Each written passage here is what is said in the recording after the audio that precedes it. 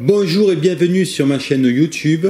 Alors aujourd'hui nous allons aborder les thèmes de comment fonctionnons-nous, quels sont nos jeux de manipulation, qu'est-ce qu'un conspirationniste, la pandémie ne cache-t-elle pas un objectif plus sournois? C'est à ces questions que je vais tenter de répondre à travers cet audio. Je m'appelle Christophe Itier, je suis thérapeute holistique spécialisé dans les jeux de manipulation et je vous partage ma vision des choses. Alors, afin de vous expliquer ce qu'est un conspirationniste, il faut que je vous parle d'abord des êtres humains. Nous pouvons classifier les êtres humains de différentes manières. La plus simple est la suivante, elle nous vient du règne animal. Nous pouvons définir grossièrement trois groupes chez les humains. Les dominants, les dominés et les autonomes. Les dominés sont dominés essentiellement par la peur, les dominants par l'orgueil et les autonomes par leur besoin d'indépendance.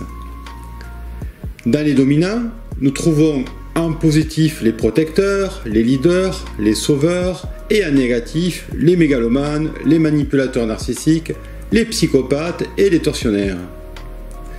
Les dominants ont la croyance que pour être reconnus, admirés des autres, ils doivent faire preuve de puissance, ne montrer aucune faiblesse. Tous les leaders, quels qu'ils soient, sont soit des dominants, soit des autonomes ou des mélanges des deux. Les autonomes peuvent être leaders malgré eux, comme Gandhi ou Mandela, alors que les dominants désirent être des leaders. Les leaders ont besoin d'avoir une forte confiance en eux pour agir comme ils le font, ce qui peut les pousser à aller jusqu'à la mégalomanie. Mais si vous êtes en même temps mégalomane et sauveur, tout va bien, car vous mettez votre orgueil au service des autres et d'une cause juste. Par contre, si vous êtes un mégalomane, psychopathe ou manipulateur, narcissique, alors là, vous allez faire des dégâts, étant donné que vous n'avez aucune empathie pour les autres. L'histoire est remplie de ces personnes qui ont conduit des milliers d'hommes à l'abattoir, à travers les guerres, par simple orgueil. C'étaient les conquérants, les esclavagistes, puis les colonialistes de notre histoire. Ces gens-là sont toujours présents aujourd'hui, ils n'ont pas disparu. Ils font partie des grandes familles qui, de tout temps, de père en fils, occupent toujours les hauts postes des États. Formés par l'ENA ou dans les grandes écoles, on les retrouve à tous les postes de pouvoir, du plus haut de la pyramide au plus bas. Chaque administration a son dominant qui veille à ce que chacun suive bien les ordres venant d'en haut. Notre soi-disant démocratie n'en a jamais été une. Sauf à quelques périodes exceptionnelles, la démocratie a toujours été une forme d'esclavage déguisé, moderne, où l'on maintient les jeux de pouvoir à travers le confort. Les dominants, peu nombreux, ont su s'adapter au fil de l'histoire pour rester au pouvoir. Modifiant leur stratégie, ils ont réalisé que donner un certain niveau de confort et de liberté aux dominés, aux esclaves d'antan, était plus rentable, pour les maintenir d'une manière plus subtile dans leurs conditions. Se faisant passer pour des démocrates, ils ont fixé des règles assez larges pour laisser croire à un semblant de démocratie. Mais pour ceux qui sortent des clous, qui remettent en cause le système, les sanctions tombent. Le libéralisme est un système d'esclavagisme subtil qui nous a contaminés. Quand nous voyons comment nous traitons nos animaux d'élevage, nous avons pour beaucoup un fonctionnement de dominant limite psychopathe. Nous manquons cruellement de sensibilité. Nos psychopathes, eux, au pouvoir, nous perçoivent comme des animaux d'élevage et ne prouvent pas plus de sensibilité pour nous que nous pour un poulet, ce qui explique bien des choses. Les dominés, eux, sont des personnes vivant dans la peur. Ils sont de nature pacifique et manipulables à souhait. Ils pensent n'avoir pas la force de survivre sans le groupe. Ils affectionnent donc le communautarisme, ce qui les rassure. Ils n'ont pas de grande ambition comme les dominants, bien qu'ils les envient, mais leur éducation, le manque de confiance en eux, leur mémoire ancestrale d'esclaves font que la plupart stagnent à un niveau ordinaire. Il n'est pas simple pour eux de reconnaître leurs faiblesses ni leurs peurs. Reconnaître s'être trompé, avoir été dupé, avoir cru à de fausses croyances pendant des années, voire toute sa vie, fait partie des choses les plus difficiles à reconnaître. En règle générale, nous, humains, avons la mauvaise habitude de vouloir persister dans nos erreurs, en nous voilant la vérité. Même si des événements, informations, signes, intuitions viennent perturber notre manière d'appréhender la réalité, nous continuons à suivre toujours les mêmes mécanismes. Ce mécanisme d'évitement se retrouve dans tous les domaines, en amour, en amitié, en politique, dans la religion, partout. Là où il est le plus puissant, c'est quand il concerne une autorité. Notre soumission inconsciente à l'autorité, quelle que soit sa forme, fait partie des conditionnements les plus anciens et ancrés à nous. Pour la simple raison que dans notre esprit, l'autorité est associée à notre survie.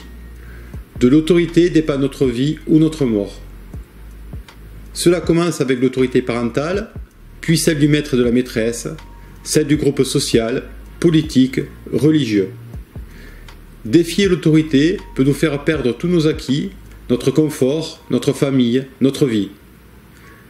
Inconsciemment, nous avons appris à lui obéir sans trop nous poser de questions. Et à moins que cette dernière ne devienne menaçante, et encore, dans ces conditions-là, nous lui donnons le bénéfice du doute, nous persistons à croire que c'est la meilleure stratégie.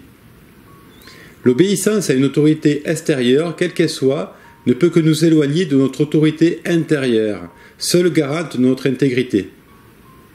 Notre autorité intérieure qui nous aime peut être en phase sur certains points et pour un certain temps avec une autorité extérieure. Mais du fait de notre unicité, cela ne peut durer qu'un temps. Ce que l'on peut percevoir aujourd'hui, avec l'histoire du coronavirus, du confinement, du port du masque ou de la vaccination, avec le comportement soumis sans remise en question de la majorité de la population, des règles ou décisions absurdes et incohérentes du pouvoir en place, provient essentiellement de ces deux facteurs. Peur de regarder la vérité en face, peur de remettre en question l'autorité. Les dominés subissent ou obéissent aux dominants. C'est un jeu à deux. Les autonomes, eux, ne cherchent ni à dominer, ni à être dominés. Ils pensent devoir se débrouiller tout seuls. Il semble être une évolution spirituelle des deux premiers groupes. Un dominé qui prend sa vie en main et fait preuve de courage devient un autonome. Un dominant qui renonce à son orgueil et son désir de pouvoir aussi. Dans le documentaire Merci Patron, on voit parfaitement ces trois représentations. Ruffin incarnant l'autonome parfait. Les autonomes sont plutôt de nature positive. Certains sont plus ours que d'autres, mais en général, ils aiment aider. Leur défaut est lié à leur autonomie. Ayant peu besoin des autres, ils peuvent passer pour des égocentrés aux yeux des dominés, ou des personnes dont il faut se méfier, car difficilement manipulables pour les dominants. L'autonome se sent un peu seul dans ces deux groupes. Maintenant que j'ai décrit brièvement ces trois groupes, dans lesquels nous pouvons nous retrouver à différents pourcentages, revenons aux conspirationnistes. Ce mot est curieusement inadéquat, car on appelle conspirationnistes les personnes dénonçant des complots, alors que logiquement, ce mot devrait être attribué à ceux qui créent des complots. Nous pouvons déjà percevoir là un jeu de manipulation pervers. Les conspirationnistes sont en fait des lanceurs d'alerte, ils font partie généralement du groupe des autonomes. Il est aussi étrange que le mot complot dérange autant. Des complots, de l'époque romaine à aujourd'hui, l'histoire en est remplie. C'est un mot des plus banals. Dans le dictionnaire, on appelle un complot une atteinte aux intérêts fondamentaux de la nation. Et par extension, un projet plus ou moins répréhensible d'une action menée en commun et secrètement. Donc ce sont des choses qui arrivent très souvent, régulièrement, à toutes les époques. Ce n'est pas quelque chose d'extraordinaire. Le complotiste, lui, est défini comme une personne qui interprète certains signes comme faisant partie d'une conspiration menée par des individus dangereux. On peut remarquer que le complotiste est inconsciemment associé au paranoïaque qui voit des dangers partout. Dans ce cas-là, il faut reconnaître que des organismes comme la CIA, le KGB ou le FBI sont des organisations complotistes et paranoïaques, puisqu'ils rentrent dans ces critères de définition. Au niveau de l'État, le mot complot est souvent utilisé. Quand on prend des ministres la main dans le sac, chacun va crier au complot. Et là, ce n'est pas mal vu. Si par contre, à l'inverse, c'est un lanceur d'alerte qui dénonce des agissements de l'État, alors là, c'est une autre histoire. Il est traité de complotiste et ridiculisé. Il est évident pour certains, que les autorités extérieures qui nous gouvernent sont gravement malades. Elles ne sont pas dirigées par des mégalomanes positifs, mais essentiellement par des manipulateurs narcissiques et des psychopathes. Mais du fait du niveau de perversion de la manipulation, peu arrivent à l'entrevoir. Il faut savoir que le manipulateur narcissique, coupé de son empathie, mais intelligent de nature, sait comment séduire sa victime et sa nourrir. Paré de ses plus beaux habits et éloquent dans ses propos, il sait répondre dans un premier temps aux besoins essentiels de l'autre, ou du moins le promettre. Puis, une fois sa proie acquise, il va peu à peu laisser paraître son vrai visage. Sa victime, malgré les bugs récurrents, mettra un certain temps à identifier l'origine de son mal-être. Elle pensera un certain temps que ce mal-être vient d'elle et que l'autre fait de son mieux. Ce processus durera jusqu'à ce que les incohérences deviennent tellement criantes qu'à bout de souffrance, la vérité éclatera en elle, lui montrant à quel point elle était esclave de ses désirs et de ses peurs, au point de fermer les yeux sur l'évidence. Ou bien, trop atteinte, elle s'éteindra dans les bras de son bourreau, n'ayant pas entrevu à temps le complot qui se tramait contre elle. Si on regarde objectivement cette affaire de pandémie, par exemple, pandémie qui nous touche tous, cette dernière contient tellement d'incohérences et d'heureux hasards qu'il est très difficile de ne pas croire en complot. Certains ont accusé le gouvernement français d'incompétence dans cette crise. Mais à ce niveau-là, soit ils le sont vraiment et n'ont rien à faire à la tête du pouvoir, soit cette incompétence est volontaire. Et là, c'est criminel. Dans les deux cas, pourquoi sont-ils toujours aux commandes? Quand on apprend par exemple que tous les gouvernements suivent les recommandations de l'OMS et que cette même OMS est essentiellement dirigée par un seul homme que personne n'a jamais élu, M. Bill Gates, et que ce monsieur veut faire vacciner le monde entier, on est en droit de se poser des questions sur les actions excessives mises en place au nom de ce virus. Quand aussi, durant le confinement, des milliers d'antennes 5G sont installées discrètement dans nos villes et nos champs avec la bénédiction de nos gouvernants, alors que la 5G est une technologie militaire mortelle, que cette dernière, à certaines fréquences, peut rendre malade ou tuer, on se demande l'intérêt d'un tel empressement alors qu'il y avait plus grave à gérer. Quand on voit encore que là où la 5G a été active, cela correspond aux endroits où il y a eu le plus de morts du Covid, la première étant Wuhan, on continue à se gratter la tête. On peut s'imaginer par exemple que cette histoire de pandémie n'est qu'un enfumage pour cacher les effets néfastes de la 5G, cette même 5G qu'on veut nous imposer sans débat ni étude préalable sur notre santé et que des centaines de chercheurs dénoncent comme véritablement dangereuse. Si on ajoute à cela que sur Facebook et Gmail, toutes les vidéos suggérant une relation entre la 5G et le Covid sont automatiquement effacées, on sent là une volonté magistrale de censurer un sujet plus que tabou. Concernant le Covid lui-même, des laboratoires non féodés au lobby pharmaceutique ont démontré que les tests pour déceler le Covid étaient à 90% inefficaces. Comment à partir de là pouvoir affirmer que les personnes sont bien mortes du Covid et non d'une grippe ou d'une pneumonie, comme chaque année à la même époque? Pourquoi interdire les autopsies? Interdire la chloroquine et l'armésia, les seuls médicaments vraiment efficaces? Comment, devant les chiffres de morts chaque année qui montrent qu'il n'y a pas eu plus de morts cette année que les autres années, ne pas continuer à se poser des questions? Où sont passés tous les morts de la grippe, du cancer, des AVC et j'en passe? Ont-ils tous été baptisés Covid pour faire gonfler les chiffres? Comment expliquer aussi que les autorités aient envoyé tous les malades s'entasser dans un seul hôpital dans chaque ville alors que les autres étant plus proches et avaient de la place, faisant croire dans les médias que les hôpitaux étaient surchargés? Avouez que ça fait beaucoup et des incohérences comme ça, il y en a un sacré paquet. Pour les médias, comment, devant le fait que les médias mainstream contrôlés à 90% par 10 milliardaires, qui sont essentiellement des vendeurs d'armes, de téléphonie ou de médicaments, comment le public peut croire que ces derniers pourraient dire des informations qui iraient à l'encontre de leur intérêt? Quand vous demandez à votre épicier si elles sont bonnes ces tomates ou ces abricots, en avez-vous déjà beaucoup vu vous dire « Non, elles sont dégueulasses, elles n'ont aucun goût », ce qui est pourtant généralement le cas. Pourquoi aussi imposer aux personnes des masques où il est marqué sur le paquet d'emballage qui ne sont pas efficaces contre les virus et bactéries, alors que ces mêmes masques causent des problèmes respiratoires et l'affaiblissement de notre système immunitaire, ce système qui est notre meilleure défense? Pourquoi tant d'incohérences? C'est absolument absurde. À moins que les complotistes aient peut-être raison. Et là, tout prend sens. On peut imaginer que nos manipulateurs narcissiques, nos dominants, n'arrivant plus à gérer le mécontentement grandissant de la population, risquant de perdre un pouvoir installé depuis longtemps, auraient conçu un plan méticuleusement planifié depuis des années, visant à éliminer une grande partie de l'humanité en toute légitimité à travers l'excuse d'un médiocre virus. Comme je l'ai dit précédemment, l'histoire est remplie de ces fous furieux qui, à coups de guerre, ont su maintenir un nombre limité de personnes sur Terre.